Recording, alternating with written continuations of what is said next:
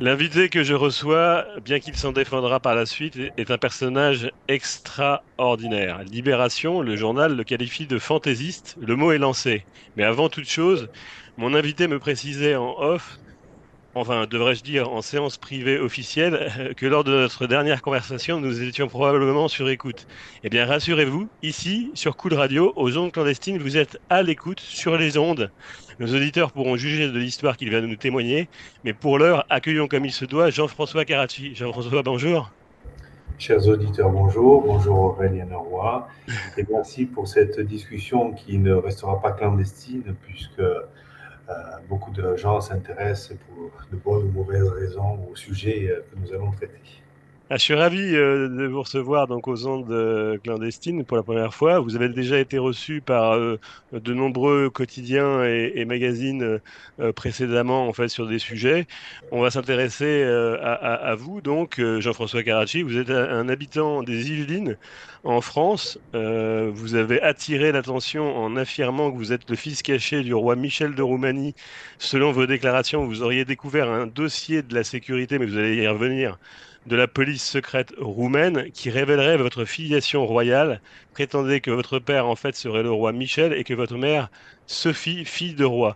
Que je regarde bien en fait sur vos nombreuses démarches en fait que vous pourriez reconnaître en fait vos prétentions, y compris des analyses ADN qui étayent vos propos. Vous avez probablement été au cœur en fait d'une problématique de filiation et c'est d'ailleurs l'objet de ma première partie. On va discuter filiation. Vous allez nous raconter votre histoire et comment c'est arrivé et on est impatient de le connaître. Et puis, dans une deuxième partie, on évoquera les découvertes, notamment la franc-maçonnerie, en fait, vos rapports, les procès, en fait, qui vous ont occupé, et puis la prison, la casse-prison, parce que vous avez été aussi en prison, faut-il encore le préciser. La question générique, et puis ensuite, en dernier lieu, les questions en fait générales, en fait, d'ordre classique, en fait, sur les ondes clandestines. Vous aurez le droit à la parole sur le mot de la fin, et moi, je conclurai. Est-ce que ça vous convient, en fait, Jean-François Gargi? Ouais, ça me convient. Ouais, En, super. en introduction, que ce soit dans ma famille naturelle ou ma famille adoptive, on a l'habitude de la prison, on est des familiers de la prison, puisque quelques Karachi ont eu quelques difficultés avec la justice, que ce soit en France ou en Italie. Et Paul de Roumanie, le prince, petit-fils de Carole II, était en prison en France l'été dernier et a été rapatrié en Roumanie aussi en prison C'est une tradition. pour avoir C'est volé, une c'est sorte une de tradition, tradition. pour avoir volé 135 millions d'euros, disons, pour avoir oublié de rendre, de restituer 135 millions d'euros à l'État roumain, parce que quand il avait gagné son procès, lui aussi, en test ADN, il était réellement le petit-fils de Carole II, eh bien, ça ne l'a pas fait régner.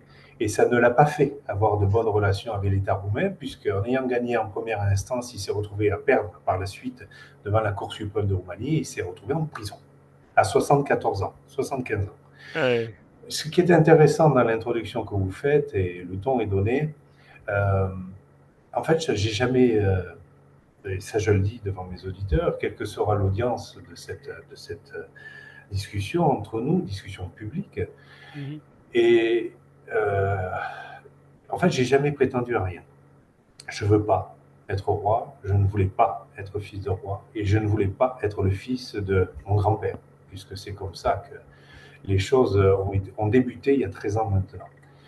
Euh, il y a donc en 2011 à peu près, parce que j'ai vieilli et les souvenirs ont vieilli avec Ouais. moi, certains peut-être se sont modifiés malgré moi, parce que ça arrive. Les faits sont là, mais la compréhension de ces faits peut changer. C'est comme ça, c'est la vie.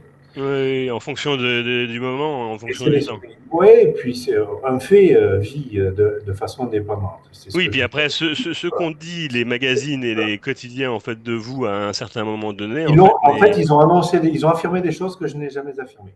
C'est ça qui est d'accord. important.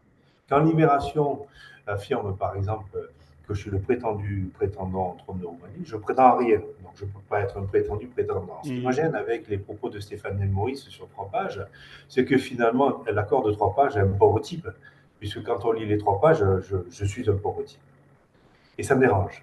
Alors pour Parce que que, nos auditeurs en fait comprennent bien le propos, est-ce que vous pourriez reprendre, pas depuis le début, mais sans rentrer dans les détails je forcément vais expliquer qu'est-ce qui du s'est passé. journal? Voilà, qu'est-ce Mais qui je s'est donne passé? le ton parce que la première chose qu'on trouve sur Google quand on tape mon nom, Oui, c'est c'est ça. l'article de C'est Libération. l'article.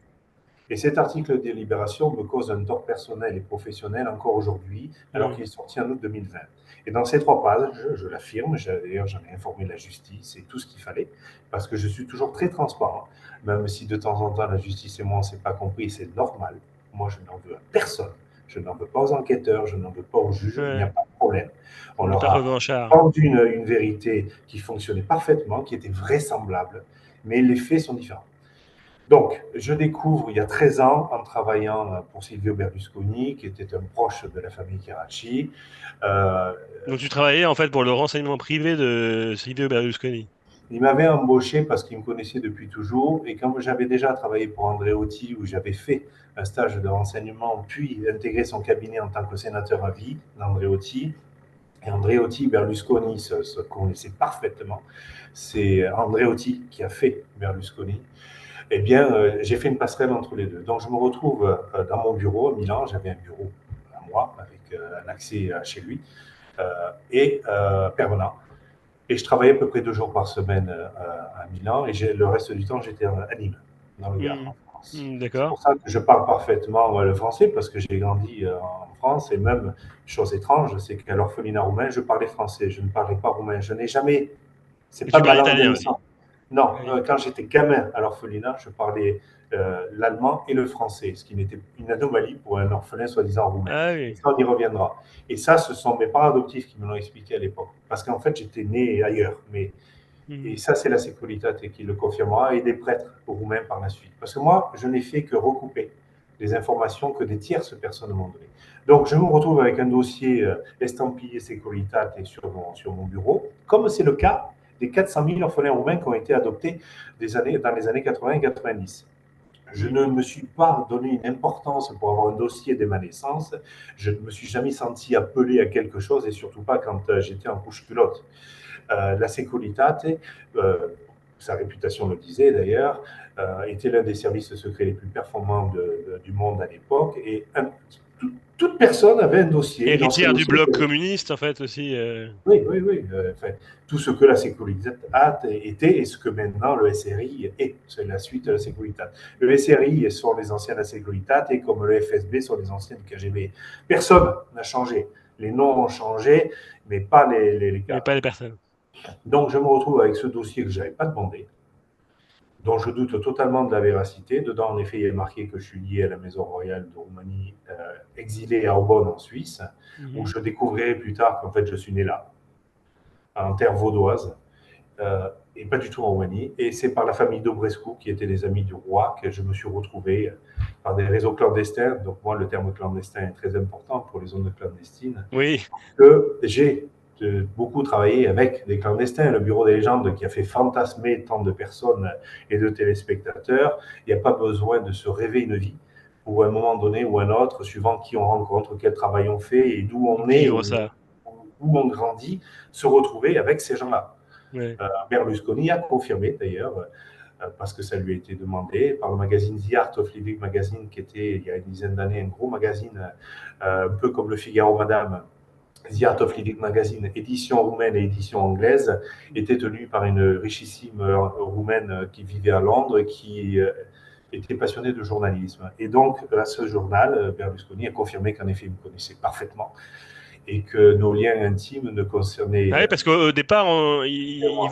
au départ, certaines personnes pensaient que finalement vous affabuliez sur, Non, non, non, non, j'ai pas toujours euh, été un affaiblateur. sur, Ce qu'il sur- faut sur- savoir, c'est que je suis devenu quelqu'un qui a dû se justifier de beaucoup de choses ouais. à partir de M6 et Libération.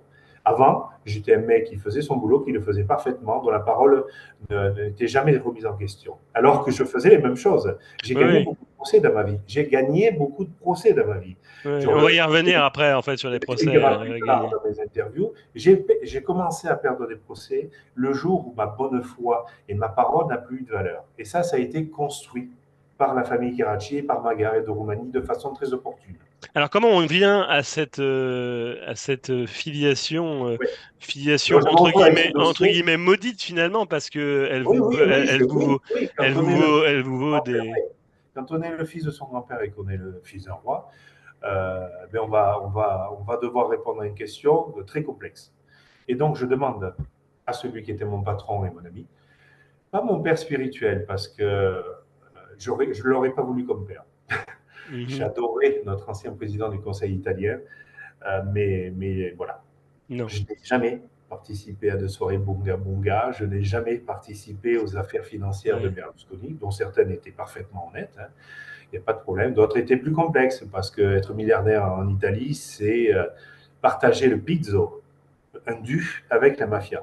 C'est comme ça. C'est ça. Et il ne faut pas croire que dans les autres Mhm. pays soi-disant démocratiques, ça ne fonctionne pas comme Et ça. vous, Mais ça vous ne fonctionne avez en pas. fait aussi une filiation avec la Cosa Nostra, avec la mafia, en fait, non, indirectement, Ah ben, je suis né chez les Karachi qui sont très proches qui est très de ce proche qu'on des appelle en milieux. France le milieu. Je vais vous donner des exemples très très concrets. Euh,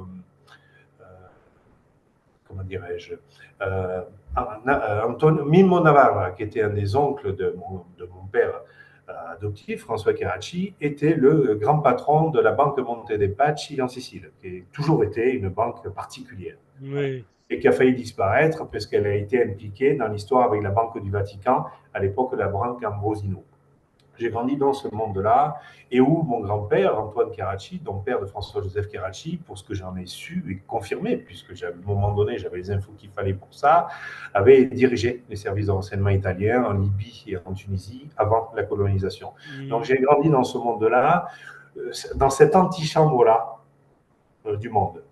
Il y a ce que tout un chacun vit, et il y a ce que le romancier écrit dans ses romans. Et bien moi, Oui.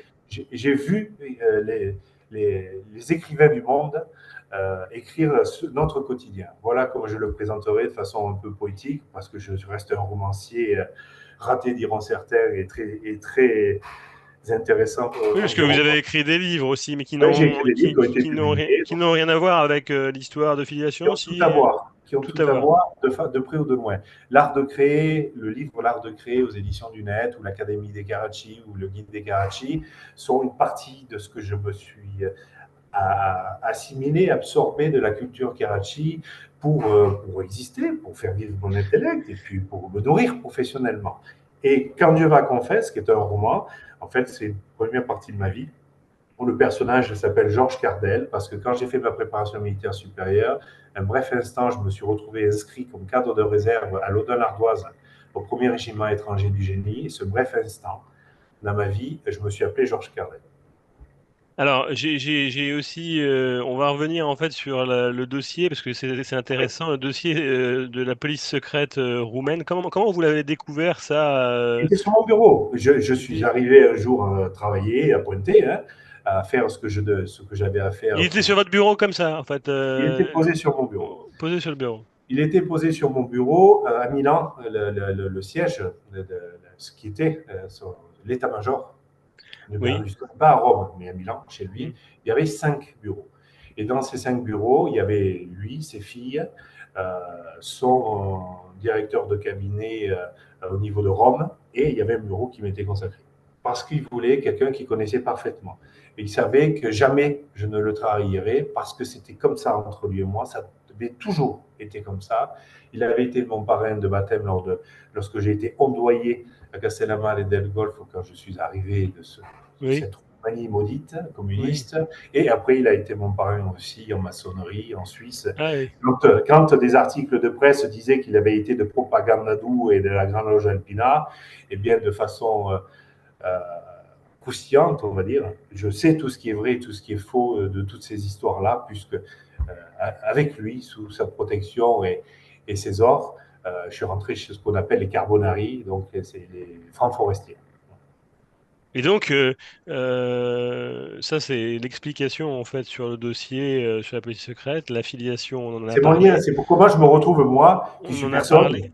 moi qui suis le minable Quelles d'après sont les Libération. démarches que vous avez entreprises Non, j'ai après rien entrepris. pour C'est à recouper? la suite. Au départ, je me retrouve avec ce dossier que j'avais rien demandé. J'étais, euh, parce que je suis un enfant adopté, donc j'ai eu le Oui. processus normal, un instant T de ma vie que je n'ai pas choisi de me dire, tiens, à qui appartiennent ces grandes oreilles, Mhm. parce que j'ai des grandes oreilles, et des dents extrêmement blanches qui me viennent de Mhm. Anne de Roumanie. Ça se voit, je me rassure, ça se voit. C'est les dents de Anne de Bourbon, ma défunte grand-mère, qui a eu une vie compliquée avec Michel de Roumanie. Est-ce que ce n'était pas le symptôme que l'Église orthodoxe roumaine a voulu présenter à un moment donné? Mais bon, ça, on y reviendra ou pas. Ce sera l'objet de notre discussion. Ce sera l'objet Et donc, peut-être d'un deuxième épisode. je me retrouve avec un dossier donc, que je ne dois pas posséder, puisque je n'ai pas à avoir un dossier de service de renseignement, moi. Oui, Je oui. n'étais pas membre du renseignement italien, je n'étais pas membre du renseignement français. Je me retrouve avec un dossier que je n'ai pas demandé et dont je ne peux rien faire. Et puis donc, avec mon patron, je me dis, putain, j'en fais quoi? Et puis il me dit, on va voir, puisque ton père vit en Suisse, parce que pour Silvio, c'était indiscutable que cette Donc vous histoire. le soumettez à quelqu'un, ce Je le soumets dossier, à la question. Voilà. la question. C'est-à-dire qu'en fait, de ce dossier, j'ai tout fait dans mes démarches pour qu'il ne soit pas vrai, que son contenu ne soit pas vrai. C'est-à-dire que moi, je n'ai pas joui au plafond comme un DSK pourrait le faire Ouais.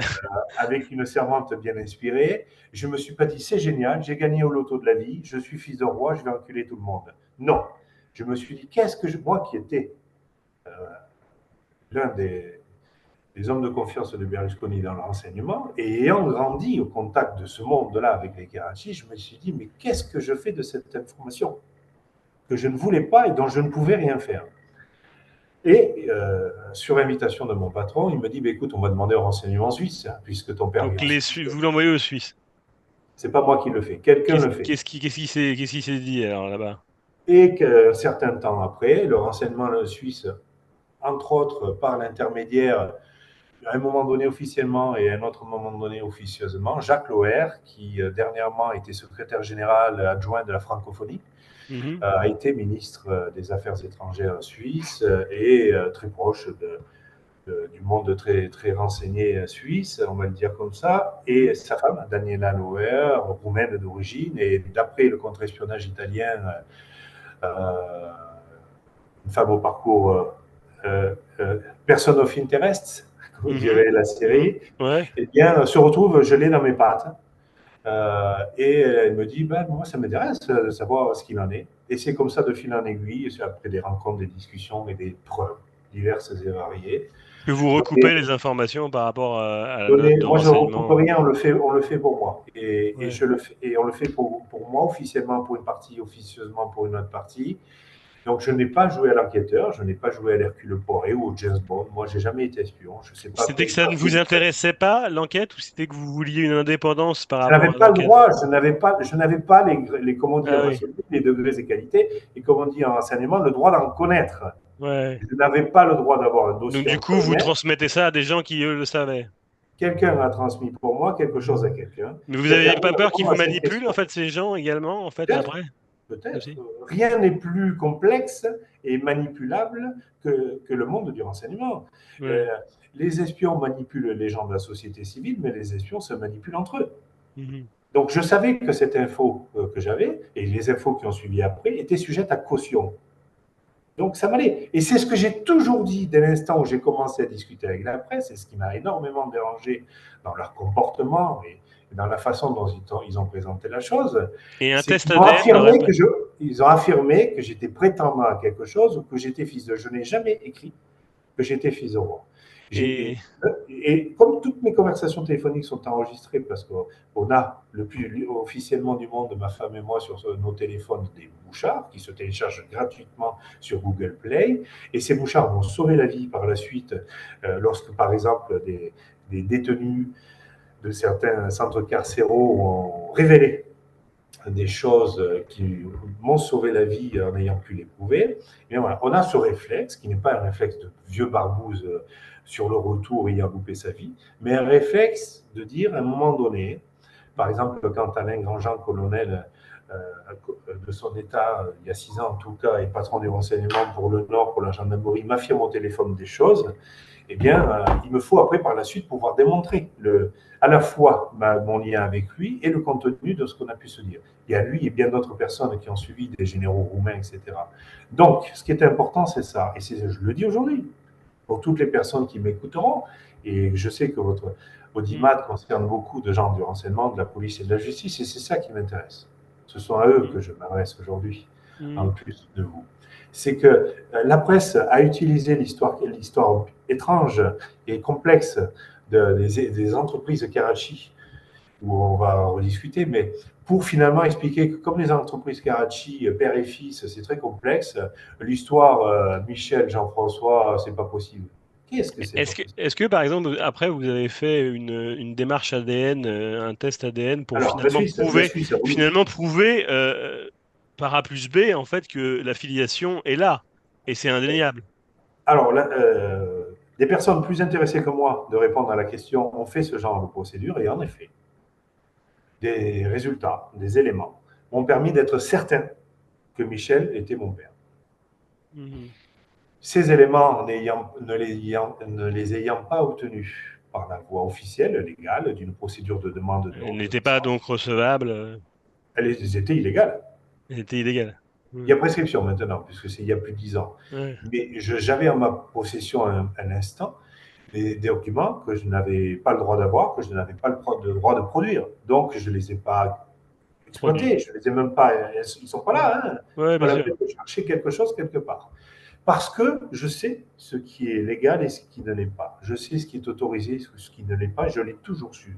Quand des petites merdes, que ce soit journaliste lambda ou observateur plus ou moins idiot ou intéressé, ont donné leur avis sur mon histoire, ils ont juste oublié une chose.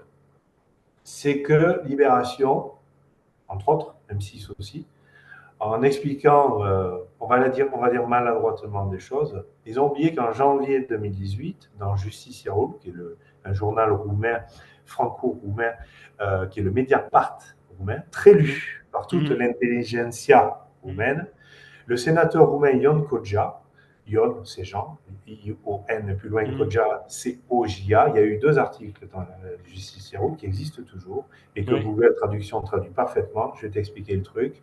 En janvier 2018, Ion Koja explique clairement, parce qu'il était l'un des directeurs de la sécurité à l'époque de ma naissance, et il explique sur 8 pages, avec plusieurs universitaires roumains, des membres de l'Académie roumaine, hein, qui est l'équivalent de l'Académie française, Mhm. explique la réalité de mon existence. Ils ne me connaissent pas, ces gens-là. Je ne les connais Mhm. pas. Enfin, ils ne me connaissent pas. On n'a pas mangé ensemble pour se mettre d'accord sur un coup, Mhm. sur une fable à raconter. Mhm. Ils ont écrit sur moi parce que tous les éléments qu'ils avaient en leur possession leur permettaient d'affirmer, donc ce sénateur roumain, quelque chose. Et ce qui m'a toujours choqué, qui me choquera toujours, quelle que soit l'issue et l'évolution de ma vie, c'est que la presse française, et à un moment donné, la justice française n'a absolument pas pris en compte cette déclaration indiscutable d'un homme, sénateur roumain, patron des renseignements à l'époque de ma naissance, qui Mhm. avait l'autorité, qui était sachant, avait affirmé quelque chose avec des arguments, avec des éléments que ces articles-là présentent toujours, puisqu'ils existent toujours, qui me donnaient entièrement raison. Mhm. Quand dans le premier article de Justicia Roule sur 8 pages, puis le deuxième, où il est moins question de moi, mais du parcours compliqué de Michel de Roumanie pendant la guerre, où il s'est très mal comporté avec les Juifs, c'est l'article qui le dit, c'est pas moi, eh bien, y a moi, j'apparais comme ça, en Mhm. expliquant, oui, Jean-François s'est fait avoir par les mensonges permanents de la famille royale de Roumanie, qui est une famille complexe. Carole II de Roumanie a fait des bâtards dans tous les sens. Enfin, Mhm. c'est ça, c'est comme ça. Et Bon, on a bien. je me suis retrouvé à devoir me justifier moi, alors que je ne posais qu'une question. Et d'ailleurs, la première lettre que j'ai envoyée à Aubonne, en Suisse, une lettre, un courrier recommandé au roi, Mhm. qui était vivant, à ce moment-là, en 2011, une lettre recommandée, très officielle, en disant, voilà, je suis très embêté, je suis en possession d'un dossier roumain, où j'apparais dedans et je ne sais pas quoi en penser. Est-ce qu'on peut se voir pour en parler ou voir votre entourage en discuter? Moi, je ne cherchais pas à prendre au piège de cet homme. Le ton était très respectueux. Les quelques arguments que je pouvais écrire ou auxquels je croyais, je les ai présentés dans ce courrier que j'ai d'ailleurs présenté sur mes réseaux sociaux. Je n'ai jamais menti, j'ai jamais triché, j'ai jamais fait de la duplicité. Même quand je travaillais pour Berlusconi, je n'ai jamais menti. La seule chose que j'ai faite, parce que c'était mon boulot, suivant qui je rencontrais pour vérifier des infos, parce que Berlusconi ne voulait pas mourir en prison, il avait, il avait un problème avec le mouvement 5 étoiles, il avait un Mhm. problème avec Prodi, il avait un problème avec différentes personnes, et je devais être son ami de Mhm. longue date, celui qu'il Mhm. a vu grandir depuis son arrivée en France, et il savait que je ne lui mentirais pas. Donc, dans ce cadre-là, en effet, il m'est arrivé 2, 3 fois d'être sous légende temporaire, mais sans en exercer le truc. Je me suis retrouvé à tout faire, comme c'est le cas dans ce savoureux bureau des légendes. Mais Donc, ça fait pas sans fausse ouais, identité. ouais. C'est-à-dire, je n'ai jamais eu de faux papiers en ma possession, ni quoi que ce soit. On a bien compris en fait les problèmes de filiation en fait que tu as eu. Maintenant, on va passer sur la deuxième partie en fait qui est aussi intéressante en fait pour comprendre en fait le Oui, personnage. Il y a c'est un Rubik's Cube. Il faut tout l'aspect comprendre. l'aspect franc-maçonnerie, Oui. l'aspect trafiquant d'art également, l'aspect Marchand d'art, c'est mieux que trafiquant d'art. marchand Je peux d'art, faire, ouais. Moi, j'ai marchand jamais vendu de tableau volé ou de contrefaçon. Ça, c'est très marchand clair. d'art, pardon. Non, non, mais mettons Les là-dessus, procès. c'est intéressant parce qu'à une époque, on me disait que j'étais marchand d'armes parce que quand je prononçais très mal avec mon accent Ah oui, oui, gentil du sud de oui. la Du coup, France, il les gens pensait que disaient, c'était ouais, marchand d'armes, marchand allez, d'armes. c'est Marchand c'est d'armes. pareil, c'est pareil, c'est C'est pareil. la même chose. C'est pareil. On va parler un peu des procès et puis Ouais. de la prison en fait quelque peu avant d'entamer sur les questions générales. Alors à toi sur la franc-maçonnerie, comment ça a débuté et puis sur ton aspect marchand d'art en fait qui est intéressant Ouais, pour le alors, comme portrait. tout est entremêlé parce que tout a eu lieu en même temps dans les Mais années de... assez brièvement, assez Ah, on va brièvement. essayer. Ouais, on va essayer. Mais assez intelligemment pour que les gens qui me Et qui googleront comprennent. après, j'offre une clé de lecture. C'est la Ouais, seule chose qui m'intéresse et c'est ce que j'ai toujours fait. Après, cette clé de lecture, elle n'intéresse pas, ouais. on en doute, je m'en fous. Ce qui est important pour moi, c'est qu'aujourd'hui, avec ce que je Mhm. fais, on en parlera, euh, ce que je faisais il y a 20 ans, ce que je faisais il y a 10 ans, c'est la même chose. Je n'ai pas Ouais. changé de nature, je n'ai pas changé de caractère, je n'ai pas changé de visage. Mhm. Donc, par rapport à la maçonnerie, bah, tout simplement, comme j'ai grandi dans la maçonnerie, au contact de la maçonnerie italienne, entre autres, puisque mon grand-père, donc adoptif paternel, était à la fois dans les services de renseignement italiens et à la Et fois ta famille francophone. est supposée avoir rénové en fait la chapelle Sixtine en fait. Alors, les Carracci de la Renaissance ont, avec Michelangelo, mis la main à la pâte pour à la fois le Palais Farnèse, qui est l'ambassade actuelle de France en Ouais. Italie, et à la fois la chapelle Sixtine. Ce n'est pas moi qui le dis, c'est les livres d'histoire, hein. Mhm. Je n'ai juste fait qu'apprendre à lire, hein. Après, est-ce que les Carracci de la Renaissance et les Carracci d'aujourd'hui sont les mêmes? J'en sais rien et je m'en fous. Je ne suis pas généalogiste, je ne suis pas enquêteur Ouais. de Ouais. sperme, de sperme d'il y a Non, 500 de toute ans. façon, on n'est pas en train de Mais ce qui est important déterminer. pour moi, c'est que j'ai utilisé cet héritage culturel de la famille Carracci, parce que François-Joseph Carracci mettait fortement en avant les Carracci de la Renaissance, parce que lui aussi avait besoin, pour ce qui le Oui. concernait, de façon légitime ou fantasque, parce qu'il s'est avéré être extrêmement fantasque, fantaisiste lui aussi, Oui. dans le passé, eh bien, il a rattaché tout au Carracci parce que ça lui plaisait bien. Et en effet, moi, j'ai fait aussi la même chose où j'ai recréé l'Académie des Carracci, qui avait été créée à la Renaissance à Bologne, parce que ça m'intéressait en tant que vendeur de tableaux, hein, tout simplement, vendeur de croûtes, comme diraient certains, et bien de trouver un ancrage, de trouver un décor à mon théâtre, à ma pièce de théâtre à moi, quoi. C'était ma scénographie à moi.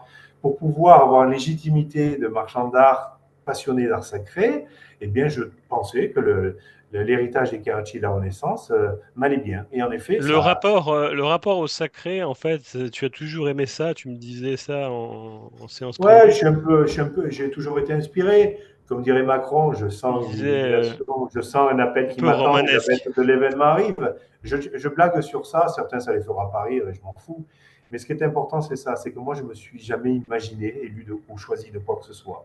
À un moment donné, quand Corinne Munster-Cousin, psychiatre en Dunkerque, pendant 1h45, me dit, m'affirme que je suis le grand monarque, je reste très poli, j'essaye pendant 1h 3 quarts de ne pas la froisser parce qu'elle est la compagne de, de d'un réalisateur pour France Télévisions qui veut adapter un des livres, un des romans de ma femme, Paradis 123, pour la télé. Ah oui. Son nom, ça va me revenir. Et donc, j'ai fait attention avec cette femme parce que je suis un garçon respectueux, même si je suis parfois un peu trivial, parce que Les je prends. procès, il y en a eu combien? Ouais, attends. Et donc, je me retrouve même là, à voir des gens qui ont plus d'imagination que moi. Ouais, Or, des procès, il y en a eu beaucoup. J'en ai gagné beaucoup et j'ai perdu ceux qui concernait Olivia Carracci et Catalina ouais. Moraguez, sa mère, parce que j'ai fait un investissement pour elle en Chine en 2005, dans Hmm. une société chinoise, c'est très important, qui s'appelait Finfroid. Et Olivia détestait Finfroid et elle rentrait dans un divorce avec François Carracci qui lui faisait très peur. Elle prenait énormément de calmants, de Lixentia, de tout ce que, de tout, je ne suis pas Hmm. psychiatre, mais tout ce qui fait de l'opium. Je l'ai vu prendre de la teinture mère Hmm. d'opium, mais tellement que c'était plus de la teinture mère, c'était de l'opium tout court. Et j'ai D'accord. attristé, j'ai assisté à tout ça. Et donc, à un moment donné, elle me dit non, je ne veux plus investir, annule-moi l'investissement dans le fin froid. Alors que quelques semaines avant, j'avais reçu l'accord formel de Charles Moragues, Catalina Moragues, et bien de les faire vivre, de leur faire gagner de l'argent. D'un coup, ils ont changé d'avis. Et j'ai fait ça, j'ai respecté ce changement de vie. Sauf que quand j'ai investi, j'ai utilisé en toute transparence l'argent de Charles Moragues pour faire cet investissement. Parce que c'était son argent, lui, c'était son Hmm. PEL. Et je lui ai dit, moi, je ne sais pas si François Carracci ne va pas me tuer pour se venger de l'affront que je lui ai fait en faisant condamner dans les SCI Carracci. Donc, j'ai besoin de protéger ta fille, Olivia. Il me dit Hmm. d'accord. Et j'ai fait une erreur à ce moment-là, mais je le dis aux interlocuteurs qui ne l'auraient pas faite. Je n'ai pas envoyé une lettre recommandée il y a 20 ans à Charles Moragues, qui était mon grand-père maternel adoptif, pour lui dire on est d'accord, tu es d'accord que Hmm. j'investisse. Hein. Hmm. Et lui ne m'a pas répondu par lettre recommandée non plus. Ça, c'est la façon, en fait, dont tu as Et ça, j'ai pas pu. de Par la disculper. suite, ce qui a été un investissement normal et valable, puisque Chen Fei, qui elle était la créatrice de l'entreprise Fincroix, est devenue millionnaire avec cette même boîte. Donc Ouais. Olivia, sur la démarche qui après est apparue comme une escroquerie, eh bien, est devenue millionnaire. Fincroix faisait, parce que là, je ne vois plus rien sur les réseaux sociaux sur cette existence, faisait du négoce de fer pour le bâtiment, pour les sociétés de construction, pour Shanghai et Hangzhou, qui est une grande ville de Ouais. Chine. Et parce que son père à elle, Chen Fei, était négociant de matières premières pour une grosse boîte qui construisait des voitures. Et cet investissement était parfait. On n'était pas du tout dans un truc imaginaire, etc. Et les papiers officiels ont été faits à l'époque. Mais ces putains de papiers officiels, en ayant déménagé 20 fois en 20 ans, ils ne m'ont pas suivi. Ils sont restés sur mon bureau. Et quand il y a eu peut-être une perquisition, s'il y avait une perquisition, s'ils ont trouvé ces documents que j'ai laissés derrière moi, ils auraient dû être mis dans le dossier. S'ils y étaient plus, s'ils ont été Là. oubliés ou pas jugés suffisants comme élément pour me donner raison, eh bien, il était normal que cet investissement est dans l'état extrêmement de faiblesse et de panique face à François Carracci, non pas Jean-François Carracci, eh bien, moi, Jean-François, je me suis retrouvé en porte-à-faux et c'était normal.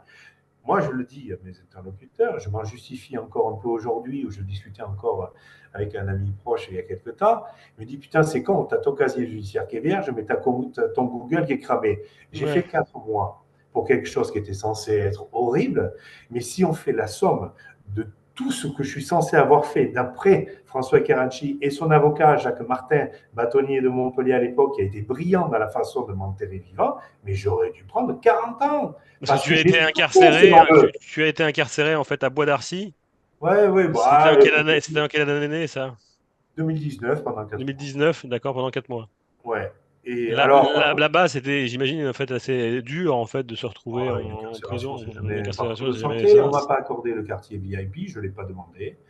Je me suis retrouvé avec des Roumains, entre autres, et des sans-papiers, des Kabyles, des Camerounais, des Congolais. Et ça s'est D'accord. très bien passé parce que par chance, l'éducation chez les voyous que j'avais reçue n'étant pas, et Hmm. n'ayant toujours pas, n'étant toujours pas un voyou pour ma part, eh bien, je savais exactement comment s'adresser aux gens, comment tout se passait dans ce monde-là. Oui, Et oui, tu merci n'étais pas en l'éducation terrain Karachi, inconnu. parce que ça m'a sauvé la vie. Quand dans les films débiles des scénaristes de merde, et entre autres, je pense à Olivier Marchal, ancien flic, qui nous vend des choses qui n'existent pas dans le milieu. Le mec fait le je sais tout, je vais vous expliquer comment la mafia fonctionne. Comment toi, tu as vu ce monde-là en tant qu'ancien flic, mon grand? Et c'est pas en fréquentant toujours, parce que quand on n'est pas un voyou, on ne fréquente pas de voyous. C'est trop Hmm. dangereux, c'est trop toxique. Hmm. Donc, Olivier Marchal, je n'ai rien à foutre. Hein. Ce que je veux juste dire, c'est que euh, la vérité, elle est délicate. C'est une chose comme de la pâte à modeler. Je le sais, c'est mon ancien travail de ça. Et ce qui m'embête, c'est ça, c'est qu'au niveau de ça, des affaires Karachi, j'ai gagné en correctionnel Mm. à Montpellier, appel et cassation contre François-Joseph Karachi pour faux usage de faux escroquerie sur ma personne. Et c'est ça Mm. le point de départ. C'est ce premier procès, avec toutes les procédures à temps, que j'ai gagné, qui m'ont déclenché la vengeance de François Karachi et la cabale montée par Jacques Martin. Je devais m'associer avec Jacques Barbe, comme la barbe, qui était mon avocat à l'époque à Montpellier, Mm. parce comme il était bon, qu'il m'avait Oui, gagné oui. mes procès, j'avais confiance en lui. Et comme à l'époque, justement, j'avais déjà j'étais dans l'arrière-cour, comme j'ai dit tout à l'heure, dans les coulisses. Je savais que cet homme proche de l'Opus Dei à Montpellier ne serait pas influencé par les réseaux maçonniques que le journal La Glorieuse, d'ailleurs, à Montpellier, a très bien présenté en 2005 en expliquant que j'allais me faire avoir. En 2005, La Glorieuse expliquait que François-Joseph Karachi allait m'enculer. Il a très bien fait. Ce qui m'a ennuyé avec Jacques Martin, bâtonnier à l'époque, c'est qu'il a utilisé cette future association avec Jacques Barbe, mon avocat, où lui, on voulait créer une petite boîte, une boutique de fusion-acquisition. On voulait jouer au Jean-Marie Messier, tu sais, Mm. ou Alain Menck. Et on ne l'a jamais fait, parce que, justement, de suite, Jacques Martin et François Karachi, où il m'avait mis un détective privé sur le dos, un ancien Alain Privat, un ancien commandant des RG, je diffame pas, hein. C'est des noms qui apparaissent dans les écoutes téléphoniques de l'époque, des trucs d'aujourd'hui. Moi, je n'annonce pas des choses pour me faire plaisir ou machin. Je Oui. pas de problème avec tout ça, moi. Enchaînons. La vérité me satisfait. Je ne suis pas dans un syndrome de je ne sais pas quoi. Je suis allé assez chez le psy pour essayer de guérir du meurtre de mon fils, que Ouais. mon ex-beau-père de l'époque n'a pas laissé naître alors qu'il était à 7 mois et demi de grossesse dans le ventre de sa fille, il était viable. On avait même fait une prédéclaration natale à l'état civil de Montpellier parce que le gynécologue avait fait le papier qu'il fallait. Donc, on avait choisi un nom, Chris Mm. Karachi, pour un petit Karachi. Et Mm. tout avait été validé. Je m'apprêtais à être père. Et puis, il l'a envoyé à Barcelone parce qu'il ne voulait pas que sa fille accouche d'un bâtard de roumain. Donc, moi, orphelin roumain, je n'ai pas eu le droit de devenir père parce que j'étais soi-disant roumain. Mm. Entre-temps, tu as la case royauté qui se met en route. Et là, ce n'est pas moi qui me suis mis à perdre la tête parce que ça va bien. J'ai jamais eu besoin d'être interné ou quoi que ce soit. Parce que la réalité, je l'ai toujours entre les mains et ça me va. Mais par contre, d'autres ont perdu la tête à ma place. Et le souci qu'il y a, c'est que on dit toujours que l'histoire est écrite par les vainqueurs avec les guerres. Et la Mm. guerre que moi, j'ai vécue, Mm. intime, personnelle, eh bien, ce sont les vainqueurs parce que je ne suis pas Qui vainqueur, l'ont raconté? qui l'ont écrite. François-Joseph Karachi avait besoin d'expliquer que j'étais un connard. Dans M6, c'est clairement présenté. Le souci que j'ai avec M6, pareil, c'est que c'est sorti en mai 2018 et M6 ne parle pas de la déclaration très officielle en janvier 2018 du sénateur roumain Ian Kodja. M6 avait l'obligation légale, morale, professionnelle de journaliste. Toi Mm. qui es journaliste depuis Mm. quelques années par passion, tu le sais qu'il y a des règles comme Mm. les enquêteurs d'ailleurs, de charge à décharge, on voit tout ça.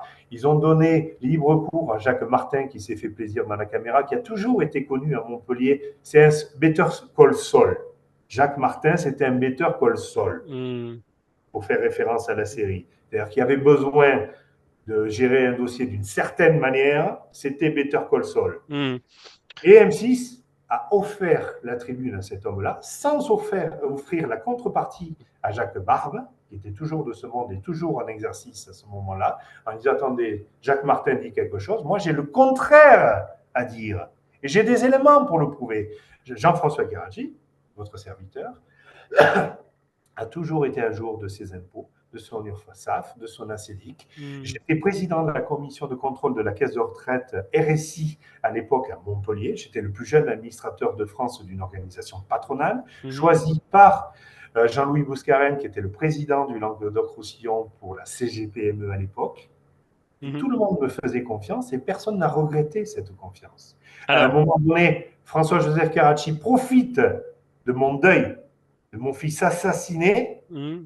pour réécrire mon histoire. Je le Mm. savais, puisqu'en étant avec Silvio au cœur des coulisses de la réalité, du renseignement, je savais ce qu'il faisait. Et je m'étais dit, non mais attends, le mec, C'est il trop gros. raconte tellement de bobards, ça ne va pas être cru. Mm. Eh bien, ça a été cru sans problème. Un Très exemple peu. aussi sur M6 qui me dérange profondément, c'est qu'ils expliquent que François-Joseph Karachi était un petit artisan qui a eu la même malheureuse en adoptant un enfant roumain qui n'avait pas la lumière à tous les étages. Le petit problème qu'il y a, c'est que le petit artisan, euh, c'est faux, il était d'une riche famille, Antoine Carracci. Lui-même avait un yacht de 20 mètres amarré à Carmont, puis il l'a Oui, fait, donc en fait, pour résumer, en fait, M6 partir à casser la barre et le golf. racontait des choses extravagantes, en fait, inventait presque la réalité et sur laquelle, en fait, tu viens de contredire aisément, en fait, Disons que je vais te donner un l'argumentaire, exemple très actuel. Sandrine Bignoli. argumentaire. Oui. Sandrine Bignoli est l'épouse actuelle de François-Joseph Carracci. Elle vit à Montpellier, elle est chef d'entreprise. Sandrine Bignoli s'occupe des femmes d'action, des femmes chefs d'entreprise à Montpellier. Elle est partout dans la presse montpelliéraine, c'est la chef d'entreprise en vue. Moi, j'ai rien contre Sandrine Bignoli, je lui souhaite longue vie, etc. Il n'y a pas de problème. Sauf que les fonds en écriture qui ont été faits à l'époque, en 2004, en juin 2004, pendant que moi, je faisais ma préparation militaire supérieure à l'école d'application de l'artillerie, moi, je servais mon pays pendant que mon père adoptif Mm. me déshéritait. C'est ça le contexte, hein. Il n'y en a pas d'autre. Hein. Mm. Donc, toutes les petites merdes Ouais, qui m'ont expliqué autre chose, elles ont menti. Hein. Bon. Et ouais. donc, cette Sandrine Mignoli joue à la grande chef d'entreprise actuellement, alors qu'elle gère un atelier de sellerie générale qui fait 14 000 euros de chiffre d'affaires par an. Et les fonds en écriture de l'époque ont été à son profit à elle. La session sur société.com, Infogreffe et Papers, qui a eu lieu, la session de part en juin 2004 sur cette obscure SCI Karachi, a été faite au profit de Sandrine Mignoli. Il y a eu un acte notarié qui a été fait en décembre 2017, un acte notarié dans la SCI Karachi qui apparaît sur Infogreffe. Je regarde ça, je me dis, ça y est, le père Karachi, il a fini de me déshériter par donation anticipée. Je Mm. vais voir la gendarmerie de Saint-Arnaud-en-Yvelines et de Rambouillet en disant, voilà, je suis très embêté, il y a un acte notarié, une SCI, c'est un patrimoine personnel de quelqu'un, je pense que j'ai fini de me faire déshériter. J'explique la réalité des choses et les jugements de l'époque que j'ai gagnés contre François-Joseph Carracci. Et je n'ai pas été entendu, c'est normal, et je ne leur en veux pas. Très important, je ne leur en veux pas. Aux enquêteurs de Saint-Arnaud et Rambouillet ou à la justice, parce que j'étais tellement noyé dans la merde, j'étais dans un seau de merde à cause de François-Joseph Carracci qui avait besoin de s'en sortir parce qu'il savait que je connaissais les secrets de ses affaires. Pourquoi François Carracci m'a niqué? Parce que je savais qu'il avait fait passer sa maîtresse de l'époque, qui s'appelait Véronique, qui était sa secrétaire Mm. également dans sa première entreprise à Sosa. Il a fait passer cette femme pour sa femme, Olivia Carracci, lors d'un rendez-vous chez notaire pour que sa femme, sans qu'elle le sache, se porte caution de son immobilier à Sosan. Et c'est comme ça que François Mm. Carracci, en 1978, 79, 80, a créé ses premières boîtes Ouais, c'est en comme ça. prenant le risque que sa femme perde tout sans qu'elle le sache. Et cette méthode-là, ce caractère-là, il l'a appliqué toute sa vie. Le problème qu'il a eu devant la juge Ok. Joël Allot, à l'époque juge d'instruction à Montpellier, son grand souci, sa grande problématique à cet homme-là, parce qu'il savait qu'il risquait pas grand-chose. Dans la SCI Karachi, il avait pris à l'époque 6 mois avec sursis et je ne sais pas combien d'amendes. Il s'en foutait. C'était de savoir comment j'avais découvert que j'avais été dépossédé de la SCI Karachi, et même que j'en avais été actionnaire, parce que j'étais actionnaire de la SCI Karachi sans le savoir. Mm. Pareil pour la SCI Les Landes. Encore aujourd'hui, je suis toujours, et c'est pour ça que c'est important, ce n'est pas des histoires du passé que j'essaie d'arranger mon présent. Sur la SCI Les Landes, département, il y a toujours des actifs immobiliers et qui encaissent des loyers à Montpellier, à Bordeaux et en Italie. Je suis toujours actionnaire de cette boîte. Je me suis à l'époque constitué partie civile donc auprès de la justice de Montpellier, puis de Versailles, puisque j'ai été habitant de Rambouillet et de ses environs, dire voilà, je suis très embêté, j'ai gagné une fois, il y a pour moi une récidive de la part de François-Joseph Carracci et de Sandrine Mignoli, qui est celle qui avait bénéficié de cette cession de parts prouvée contre moi et qui est devenue gérante, co-gérante de la SCI Carracci. Le crime a toujours lieu. Voilà. Donc il n'y a pas de prescription. Et j'affirme sans aucune diffamation que le crime a toujours lieu, parce que aujourd'hui, la méthode est employée pour que je n'hérite de rien de François Carracci, mais que étrangement, Sandrine Bignoli, qui a loupé ses études, qui a fait 4 fois sa première année de droit, qui voulait être notaire et qui ne l'a pas été, eh bien, se retrouve à ce qui est la bonne explication comme quoi elle est une chef d'entreprise qui a réussi, alors qu'elle, je le dis, je n'ai pas le souvenir d'une femme brillante. Entendu. On va passer en fait sur la troisième partie Oui, très brièvement maintenant oui, parce que l'heure tourne oui, et du oui. coup on est nous deux extrêmement bavards en fait. On est Euh, bavard parce qu'on est passionné. exactement. Pourquoi pensez-vous être sur écoute? Alors, déjà, on est bavard parce qu'on est passionné et pas parce qu'on a quelque chose à vendre. C'est ça. Ça, c'est important. Je vais répondre à ta question après. Moi, j'ai rien à vendre. Hein.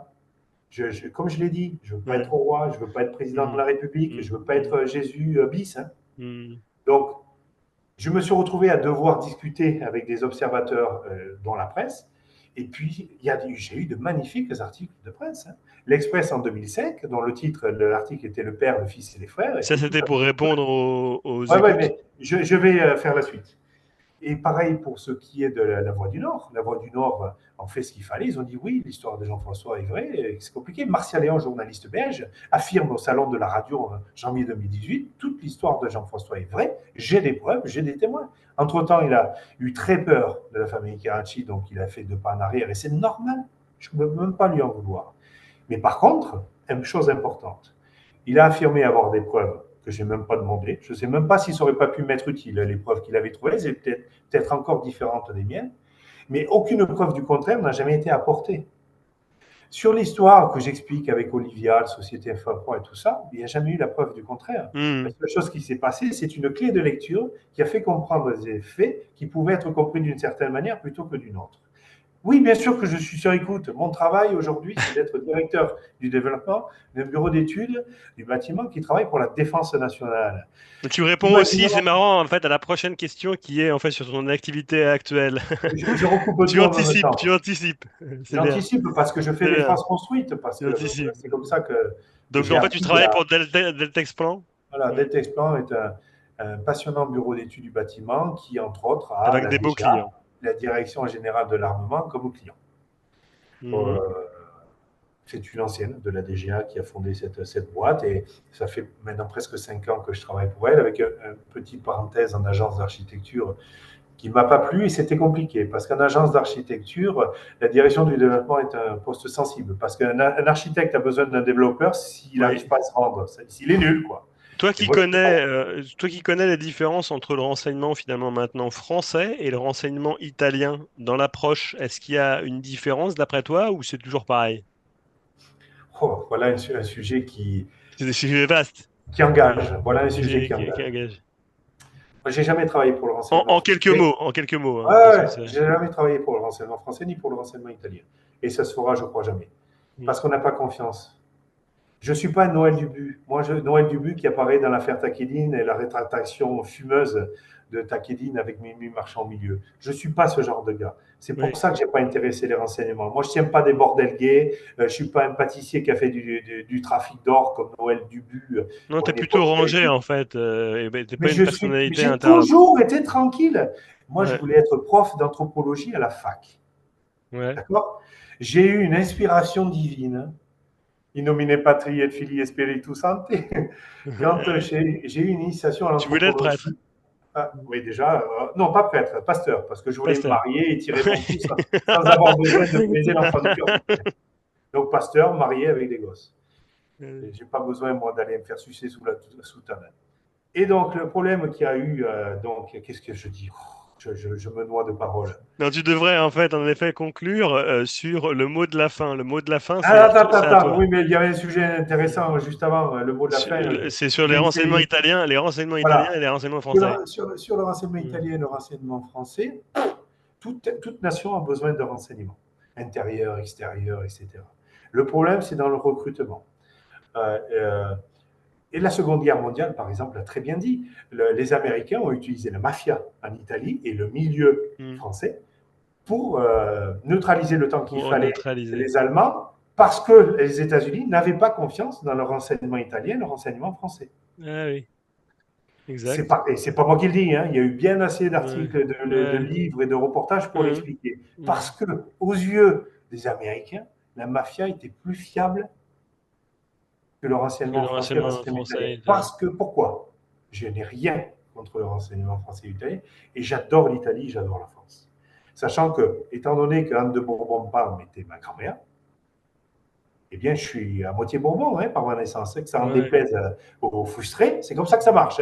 Mon père était un Hohenzollern, allemand, et ma grand-mère, puisque ma mère, génétiquement, c'est ça, la soupe de Bourbon. Marigot, eh bien, je suis à moitié Bourbon et à moitié Hohenzollern. Donc, tout ce qui concerne la France me concerne. Et comme ma grand-mère était Bourbon-Parme, donc duché de Parme-Plaisance en Italie, tout ça est logique dans ma vie. C'est ça que je peux expliquer en mot de la fin pour expliquer donc Mhm. toute cette histoire-là, Karachi. C'est Mhm. qu'à un moment donné, oui, j'ai rendu public une affaire qui aurait pu ne jamais l'être. Et Mhm. le, la crotte au cul que j'avais à cause de la SCI Karachi et des entreprises que j'ai gérées pour Olivia, parce que ça arrive à tout un chacun. Ce qui est valable un jour ne l'est plus le lendemain. On peut être un héros d'une situation et une merde le lendemain pour la même situation, parce que les événements ont changé, la lecture des événements ont changé. Mhm. Moi qui voulais sauver financièrement Olivia, et j'ai réussi, malgré le loupé de la société fin froid, parce que dans le divorce, alors que François Karachi voulait la laisser sans rien, il s'en était fait la promesse, elle a réussi à récupérer son immobilier à Saussan, donc une très très grande villa et des locaux commerciaux et industriels qu'elle louait fort cher. J'ai réussi, je l'affirme, je le Mhm. dis, Mhm. à ce qu'Olivia ne se retrouve pas sans rien. Et Joël Vera, V-E-R-A, maire de Saussan, SAU2SAN dans l'Hérault, pourra témoigner ou attester de ce qu'il veut et comme il veut. C'est un ami d'enfance avec son fils Jean-François Vera. C'est un sujet sensible en tant que maire, il ne dira pas Jean-François a raison ou il n'a pas raison. Ce que je Ok. veux juste expliquer, c'est important, c'est qu'Olivia donc est redevenue propriétaire d'un très gros immobilier à Saussan parce que me suis battu comme un chiffonnier contre François-Joseph Karachi et ses très anciennes habitudes délicates qu'il avait déjà dans sa jeunesse, contre lui pour qu'elle ne soit pas sans rien. Donc, quand des petites putes, je le dis, disent Jean-François Karachi, c'est pas un mec fiable, il croit vivre un de ses romans, factuellement, tout ce que j'ai dit, tout ce que j'écris aujourd'hui comme hier, se recoupe par des témoins que j'ai toujours ou pas, parce que les gens Ouais. vieillissent, perdent la mémoire, meurent, changent de soutien, et c'est normal. Quand Mhm. Philippe Lioun, commandant de la Légion d'honneur, m'appelle en me disant Mais je sais que vous êtes le fils de Michel, parce que mon meilleur ami Jean-Pierre Macron, patron des RG de Calais, m'affirme que c'est bien le cas. Et moi, je n'ai pas demandé à Philippe Lioun de me citer Jean-Pierre Macron du même nom de famille que notre président de la République, mais paraît-il pas de la même famille, parce que Macron est un nom du Nord assez répandu. Bien moi, je n'ai fait que mettre en avant, et c'est comme ça que j'en conclus. J'ai fortement expliqué Ion Koja, mais les gens n'auront rien à foutre d'un journal roumain, alors que la Roumanie a le droit d'avoir ses journaux, elle a le droit d'avoir ses Mediapart à eux. Et le GCSAO n'a jamais été attaqué en justice ni par l'État roumain, ni par la famille royale de Roumanie. Eh bien, pareil, sur ce que je fais aujourd'hui, il y a des choses que je comprends de travers. J'ai ma mémoire qui, avec l'âge, file, et c'est normal. Il y a des choses que je comprends comme je peux les comprendre. Mais je demande qu'une chose, et c'est ce que j'ai dit dernièrement à quelqu'un à qui je tiens, mais qui n'avait pas tout à fait la même vision des choses que moi, j'ai dit laisse place au doute. Quand Libération me fait passer un minable, pose-toi la question de savoir pourquoi Yon Koja n'est pas en contre-argument à mon avantage. Pourquoi M6 me parle à moi dans des enregistrements téléphoniques que j'ai fournis à la BTA de Rambouillet. Pourquoi M6 me parle d'une infirmière roumaine de Brescou qui disparaît dans le reportage M6. Alors que cette infirmière, soi-disant d'après Martial Léon, d'après les écrits que j'ai fournis, il y a des mails Mhm. fournis à la Oui. justice officiellement. Martial Léon m'a écrit J'ai bien travaillé, madame machin. Elle va attester devant caméra que tu es bien le fils de Michel et que tu avais été confié à ses bons soins.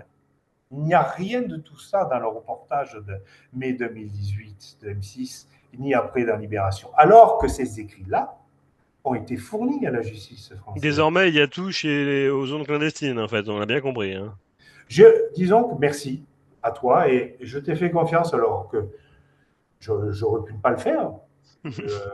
Parce que c'est normal, hein, et je ne suis pas un Oui, benet qui va filer son portefeuille au premier mec qui croise dans la rue. oui, Mais le sujet, pour moi, tu es mon appel du 18 juin 40, en fait. Parce ouais, que l'appel à le témoins. temps passe et, et des témoins remontent, des témoignages remontent. Je retrouve des écrits, c'est ce que j'ai fait d'ailleurs auprès de Nathalie Baquier Mhm. en 2020, c'est important pour conclure. C'est que Nathalie Baquier, j'ai fourni ce que j'ai retrouvé au fin fond de ma messagerie Gmail qui ne fonctionnait plus à un moment donné. Mhm. J'ai retrouvé un échange écrit entre Jacques Martin, bâtonnier à l'époque, Oui, et pas le moi. comique. Oui, c'est un homonyme.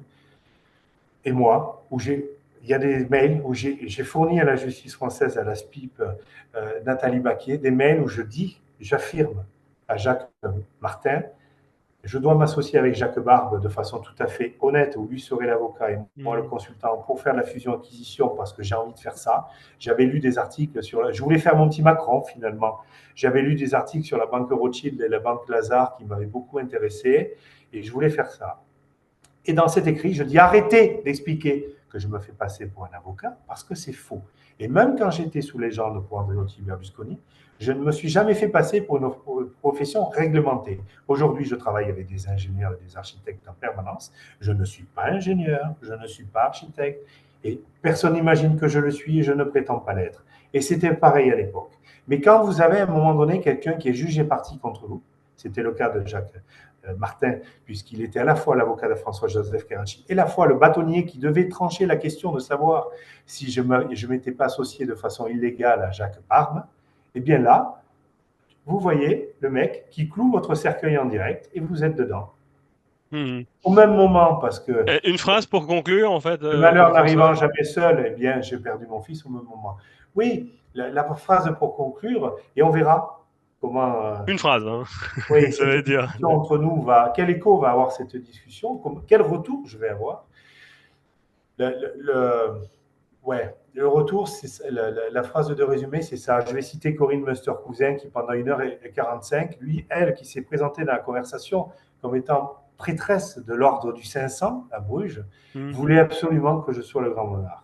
Eh bien, moi, je vais laisser cette responsabilité épouvantable à Louis XX, à Jean d'Orléans, au capitaine Juvin Brunet, qui a un parcours lui aussi compliqué.